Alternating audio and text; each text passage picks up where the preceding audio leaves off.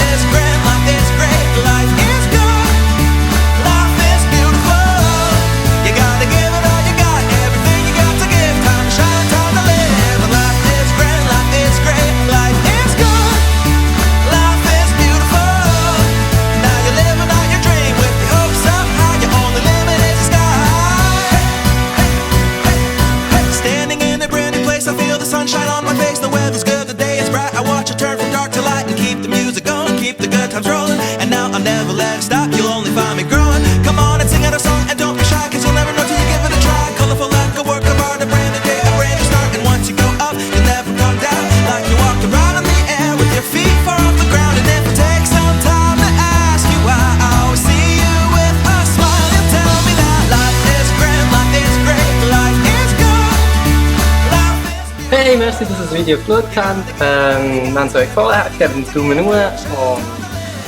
Und unsere Frage an euch ist, was ist euer Lieblingsplatz in Zürich? Schreibt es doch unten in die Kommentare.